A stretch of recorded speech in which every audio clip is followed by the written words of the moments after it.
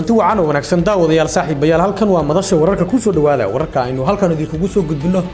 ayaaba ku falanqeyn doona barnaamijkan waxa kamid noqon doona Xamza Cabdi Barre ra'iisul wasaaraha Soomaaliya waxa uu ku wajahan yahay deegaanada maamulkaasi Jubbaland ee Soomaaliya gaar ahaan Ras Kamboni xog iyo warbixin ayaan idinkaga haynaa wararkii ugu dambeeyay ee xaaladda Jubbaland ayaan halkan ku falanqeyn doonaa ciidamada dawladda iyo kuwa Jubbalandna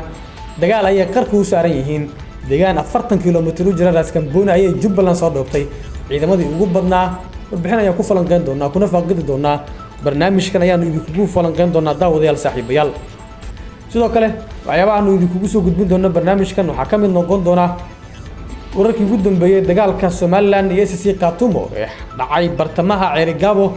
ayaan idinku soo gudbin doonaa soo dhawaada qodobada ayaa kuwa kale ayaa daawan doontaan daawadayaal saaxiibayaal marka kulan wacan wanaagsan ayaanu hawada idinka leenahay Xamza Cabdi Barre ra'iisul wasaaraha Jamhuuriyadda Federaalka ee Soomaaliya ayaa lagu wadaa inuu gaaro deegaanada maamulkaasi Jubbaland ee Soomaaliya ra'iisul wasaaraha Soomaaliya Xamza Cabdi Barre ayaa maanta waxa uu ku wajahan yahay Ras Kamboni gobolkaasi Jubbada Hoose sida ay xaqiijiyeen ila kala duwan oo uu helayo madasha wararka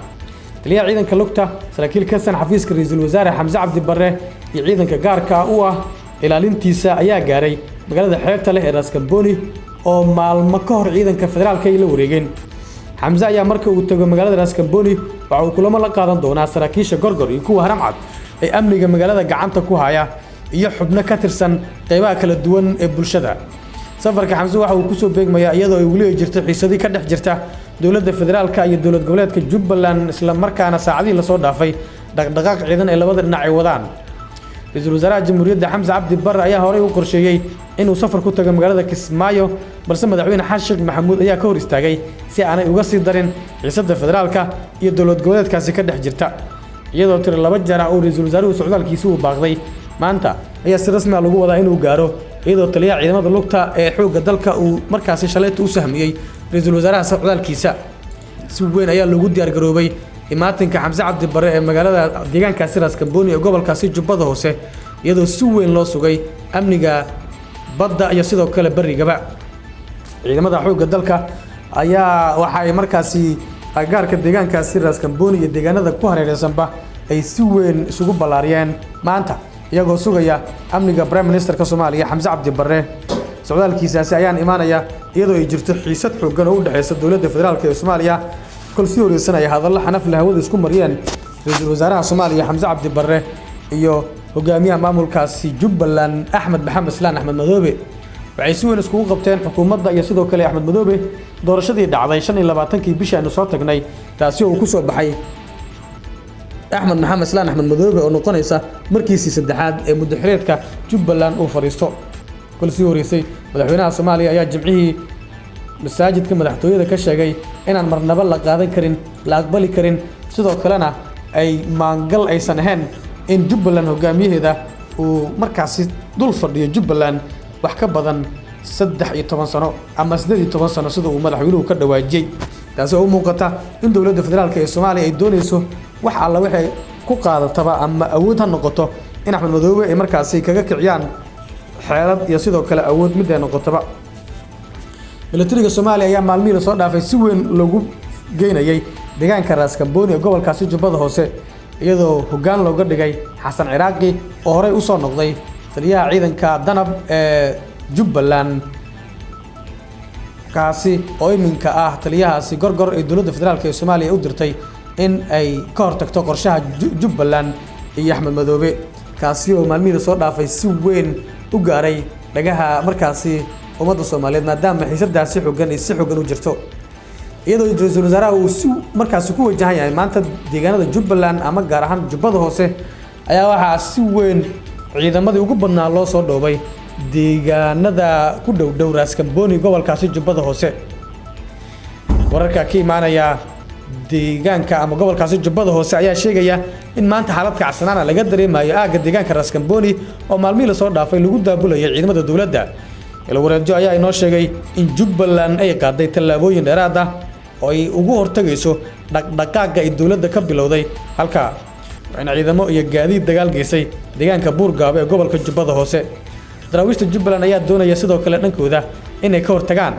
gulufka ciidamada dowladda waxaana deegaanka ay hadda gaareen uu 40 kilomitir u jira magaalada Raskamboni dhankooda ciidamada dowladda Soomaaliya oo ka war helay dhaqdhaqaaqaasi ayaa heegan buuxa galay waxaan laga cabsi qabaa in dagaal uu ka dhex garxo labada dhinac dadka deegaanka ayaa sidoo kale waxay wariyeen in xaalad adag ay ka jirto halka isla markaana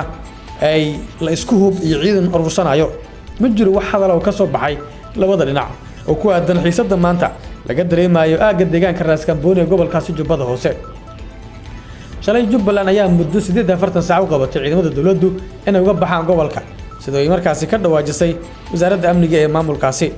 iyadoo ku goodisay haddii ay ka bixi waayaan inay ka qaadi doonaan tallaabo adag siday hadalku u dhigeen dawladda dhexe iyo Jubbaland ayaa haatan si weyn isku haya waxaan arinta gaadhay in la isku adeegsado ciidamo taas oo muujinaysa in awood la isku maquunin doono haddii aanu imaan xal kale oo degdeg ah ama arintaasi u dhiga dhinac kale si kasta way xaaladda noqoto daawadayaal saaxiibayaal dowladda federaalka ee Soomaaliya waxay si weyn markaasi iyada u doonaysaa in ay qaado arrimaha la xiriira dhaqdhaqaaqyo iyo tallaabooyin ka dhan ah maamulkaasi Jubbaland ee Soomaaliya taasoo ay markaasi u aragto in ay Jubbaland ay qaaday tallaabooyin sidoo kale dhaawacaya dowladda federaalka ee Soomaaliya ama dowladda jamhuuriyadda federaalka ee Soomaaliya Maxamuud Sayid Aadan ayaa waxa uu madaxweyne ku-xigeenka Jubbaland ayaa gaaray Addis Ababa halkaas uu kula soo kulmay saraakiil sarsare oo sirdoonka dalkaasi Itoobiya ah iyadoo shalay iyo wixii ka dambeeyaba Jubbaland la keenay diyaarado hubsiday oo Itoobiya ay keentay taasi oo dowladda federaalka ee Soomaaliya ay shalayto gaar ahaan wasiir ku-xigeenka wasaaradda warfaafinta uu sheegay in Itoobiya ay ku soo gardaranayso Soomaaliya sidoo kalena ay isku diro ka dhex wado dadka degan goboladaasi sidoo kalena ay la kulmi doonto haddii arintaasi ay sii joogtayso cawaaqib xumo aysan mahdin sidoo ka dhawaajay wasiir ku-xigeenka warfaafinta ee Soomaaliya haddaba kulamadaasi ka dhacay Addis Ababa ayaa la sheegay in Maxamuud iyo sidoo kale Itoobiya isla qaateen in ciidamo loo diyaariyo ama loo tababaro Jubbaland kuwaasi oo iyagu qayb ka noqda ciidankaasi daacadda u ah Axmed Maxamed Islaan Axmed Madoobe iyada oo sidoo kalena heshiisyo kale oo dheeraad ah ay markaasi gaareen Jubbaland ayaa la fahamsan yahay in ra'iisul wasaare Xamse Cabdi Barre oo awood ballaaran markaasi ku leh ama awoodii ballaarneed Axmed Madoobe dhanka tolka ama qaraabada maadaama ay qaraabo dhow yihiin uu ka dhex qaatay iyaga oo ay markaasi si weyn u taageereen ra'iisul wasaaraha Soomaaliya saraakiishii sarsare ama xubnihii sarsare ee markaasi Xamse Cabdi Barre iyo Axmed Madoobe ku jafaa ahaa ama ku beel ahaa ee xilalka sarsare ka hayay dalkaasi Kenya gaar ahaan taliyaha sirdoonka ee dalkaasi Kenya ayaa xalin ugu imaaday Muqdisho iyo sidoo kale Kismaayo laakiin arrimahaasi ma guuleysan taasi markaasi wixii ka dambeeyay Axmed Madoobe Kenya waa ay ka jaratay in ay taageerto ama ay markaasi u sameeyso inay hor istaagto dowladda dhexe ee Soomaaliya tani wixii xilligaasi ka dambeeyay Axmed ayaa u jeestay dhanka Itoobiya oo iminka uu ka deedayo in uu ka helo garab iyo sidoo kale gaashaanba waa hagaag qaybi ugu dambeeyay barnaamijka ay ku guda jirnaaye Somaliland ergaabo dagaal ayaa ka dhacay xalayto magaalada dhaxbartankeeda iyadoo isku dagaaleen ciidamada Somaliland iyo kuwa SSC ka gadaal dagaal markaasi ka dhacay labadaas dhinac xiisadan ayaa si weyn looga dareemayaa deegaankaasi iyadoo Somaliland lagu eedeynayo in ay dilal ka geysatay deegaankaasi dhowrkii maalmood aynu soo dhaafnay